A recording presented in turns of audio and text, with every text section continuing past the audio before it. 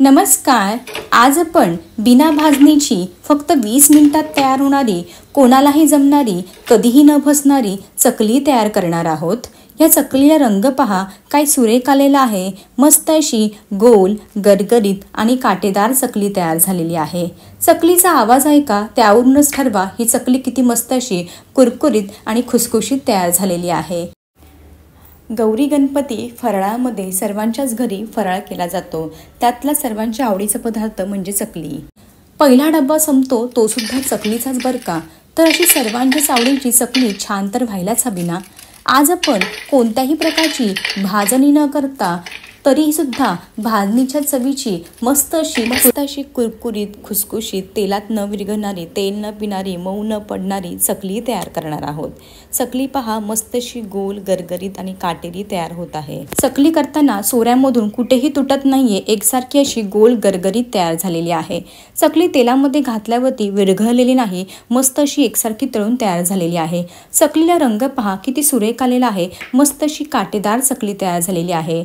अशी परफेक्ट चकली तयार करण्यासाठी मी व्हिडिओमध्ये भरपूर साऱ्या बारीक टिप्स सांगितलेल्या आहेत. वेळ न घालवता रेसिपीला सुरुवात करूयात. रेसिपी आवडली तर चॅनलला सबस्क्राईब करा, त्यासोबतच बेल आयकॉन देखील प्रेस करा. बिना भाजणीची चकली तयार करण्यासाठी मी या ठिकाणी 1 वाटी पंढरपुरी डाळ घेतलेली आहे. या डाळीला ना डाळवं किंवा फुटाण्याची डाळ असे देखील म्हणतात. कोणत्याही किराणा मालाच्या दुकानामध्ये असते. ही आधीच भाजलेली असते, म्हणून भाजायची वगैरे अजिबात गरज नाही. आता एक छोटं मिक्सरचं भांडं घ्यायचं आहे.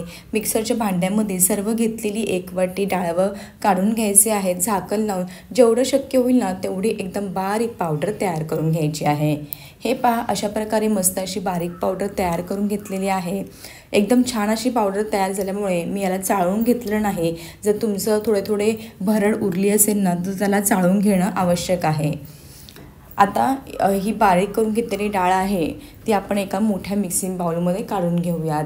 आता ज्या वाटीने आपण डाळवं मोजून घेतलं, अगदी सेम त्याच वाटीने मोजून 4 वाटी तांदळाचं पीठ काढायचं आहे. आज मी रेशनचे तांदूळ वापरूनच ही चकली तयार करत आहे. तरीसुद्धा मस्त अशी कुरकुरीत आणि खुसखुशीत तयार होणार आहे. आता लक्षात ठेवा, प्रमाण एकाच वाटीने कोणत्याही मोजून घ्यायचं आहे. 1 वाटी डाळव्यासाठी त्याच वाटीने मोजून 4 वाटी तांदळाचं पीठ घ्या. हे अगदी परफेक्ट प्रमाण आहे. हे पहा, अशा प्रकारे तांदळाचं पीठसुद्धा मी काढून घेतलेलं आहे. आता आपण काही मसाला ॲड करणार आहोत. त्या मसाल्यांमध्ये मी घेतलेला आहे 2 चमचे प्लेन लाल तिखट, अर्धा चमचा हळदी पावडर, 1 चमचा धना पावडर, 1 चमचा ओवा, 4 ते 5 चमचे गावरान पांढरे तीळ, अर्धा चमचा हिंग आणि चवीनुसार मीठ घेतलेलं आहे. आता हे सर्व घेतलेले मसाले आहे ना ते तांदळाच्या आणि डाळीच्या पिठामध्ये काढून घ्यायचं आहेत. मसाल्यांचं प्रमाण तुम्ही तुमच्या आवडीनुसार कमी जास्त करू शकता.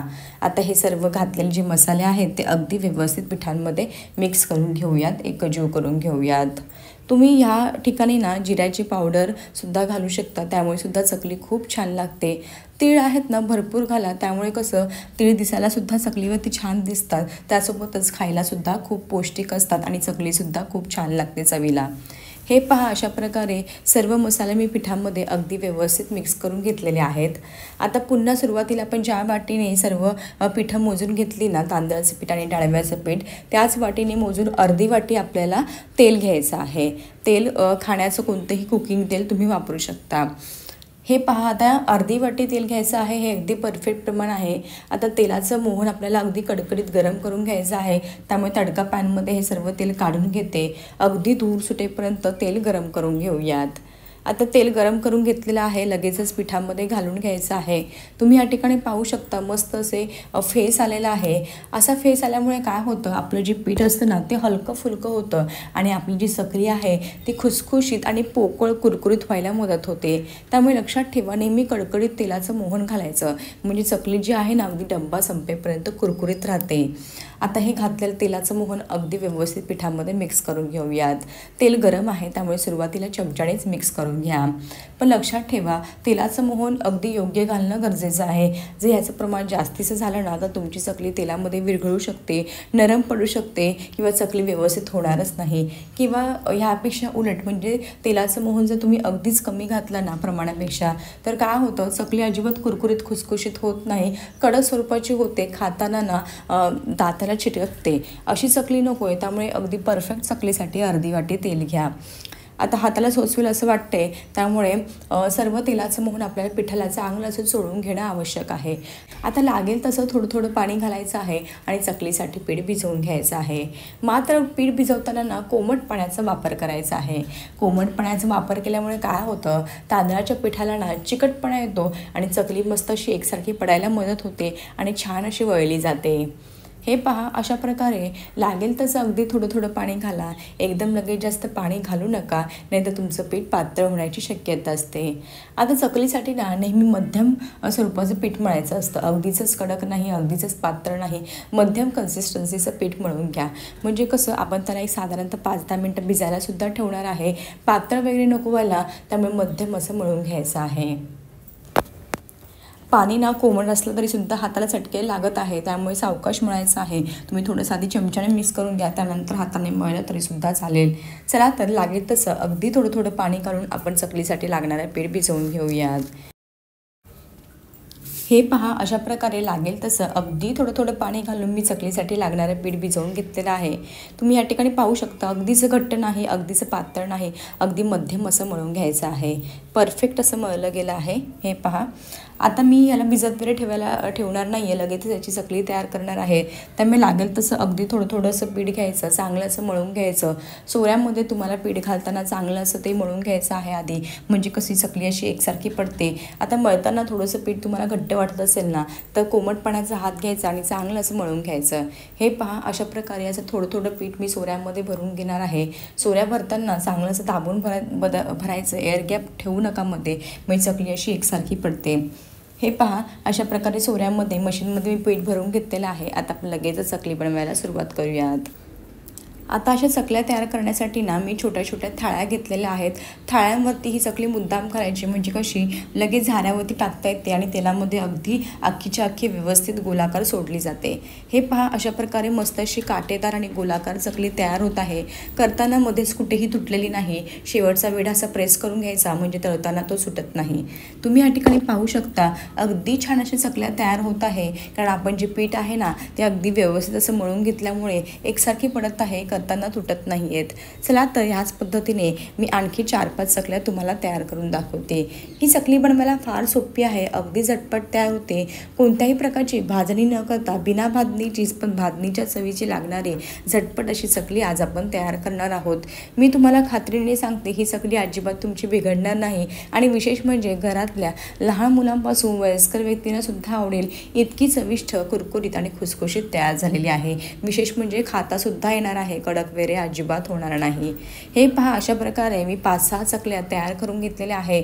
एकदम चकल्या तयार न करता थोड्या थोड्या करायच्या आणि थोड्या थोड्या तळायला घ्यायच्या, म्हणजे कशा त्या वरतून अशा हवेने कोरड्या होत नाही आणि एकसारख्या तळल्या जातात.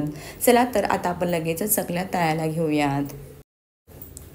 ही चकली पहा ना, किती मस्त अशी गोल, गरगरीत आणि काटेरी तयार झालेली आहे. तेल नेहमी मध्यम गरम असलं पाहिजे. एकदम कडकडीत देखील तेल गरम करून घेऊ नका, नाहीतर तुमची चकली तेलात घातल्या जळू शकते. एकदम कमीचं देखील तेल गरम करून घेऊ नका, नाहीतर एकदम कमी तेल गरम असलं तर चकली तेलामध्ये विरघळू शकते. त्यामुळे चांगलं असं मध्यम गरम करून घ्यायचं आहे.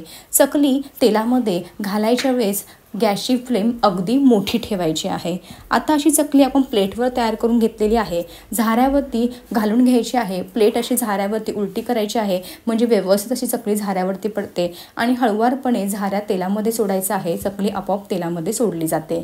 हे पहा, अशा प्रकारे ह्या चकल्या सोडा तेलामध्ये, अजिबात तुमची चकली तेलामध्ये घालताना मध्येच कुठेही तुटणार नाही. अशा प्रकारचे चकल्या आपण झाऱ्यावरती घेऊन तेलामध्ये एकावेळी मी 3 चकल्या तळून घेणार आहे. गॅसची फ्लेम सुरुवातीला मोठी ठेवायची आहे. मी सांगितल्याप्रमाणे अगदी काहीच सेकंद मोठी ठेवायची आहे. तेलामध्ये घातल्या चकल्या आता लगेचच बुडबुडे कमी झाले की त्यानंतर चकलीची बाजू बदली करून घ्यायची आहे. आता अगदी 2-3 सेकंद गॅस मोठा ठेवला चकली तेलावरती घातल्यानंतर. आता लगेचच गॅस मध्यम ठेवायचा आहे आणि मध्यम आचेवरती आपल्याला ही चकली तळून घ्यायची आहे.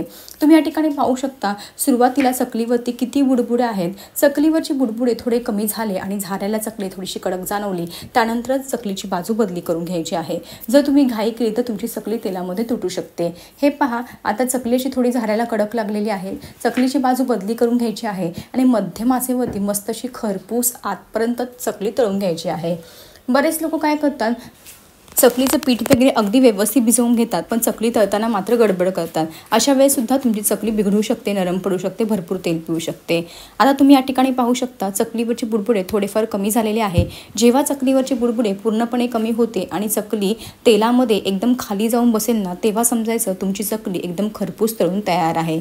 आता हे पहा, पहिले किती बुडबुडे होते चकलीवरती, पण आता चकलीवरचे बुडबुडे फार कमी झालेले आहेत आणि रंग देखील बदललेला आहे. अगदी ह्याच रंगावरती तुम्हाला चकली तळून घ्यायची आहे. आता तुम्ही या ठिकाणी पाहू शकता चकलीवरचे बुडबुडे पूर्णपणे कमी झालेले आहे आणि चकली अगदी बुडाशी तेलाच्या जाऊन बसलेली आहे. अशा वेळेस समजायचं तुमची चकली मस्त अशी खरपूस तळून तयार आहे.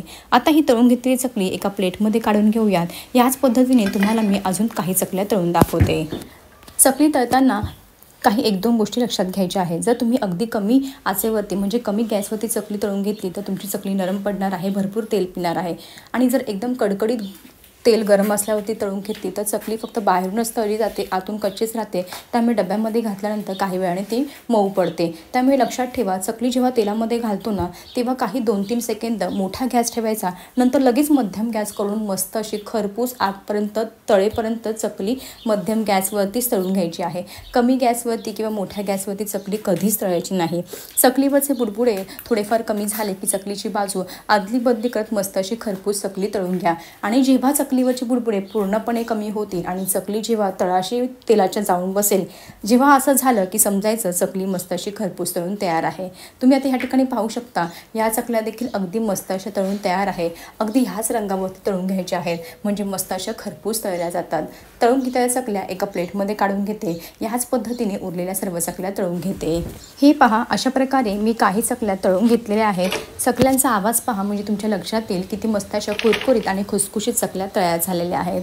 सांगितलेल्या मिश्रणामध्ये भरपूर साऱ्या चकल्या तयार होतात. सांगितलेल्या पद्धतीने चकल्या करून पहा, तुम्हाला फार आवडतील. तुम्ही या ठिकाणी पाहू शकता, मस्त अशा गोल गरगरीत काटेरी चकल्या तयार झालेल्या आहेत.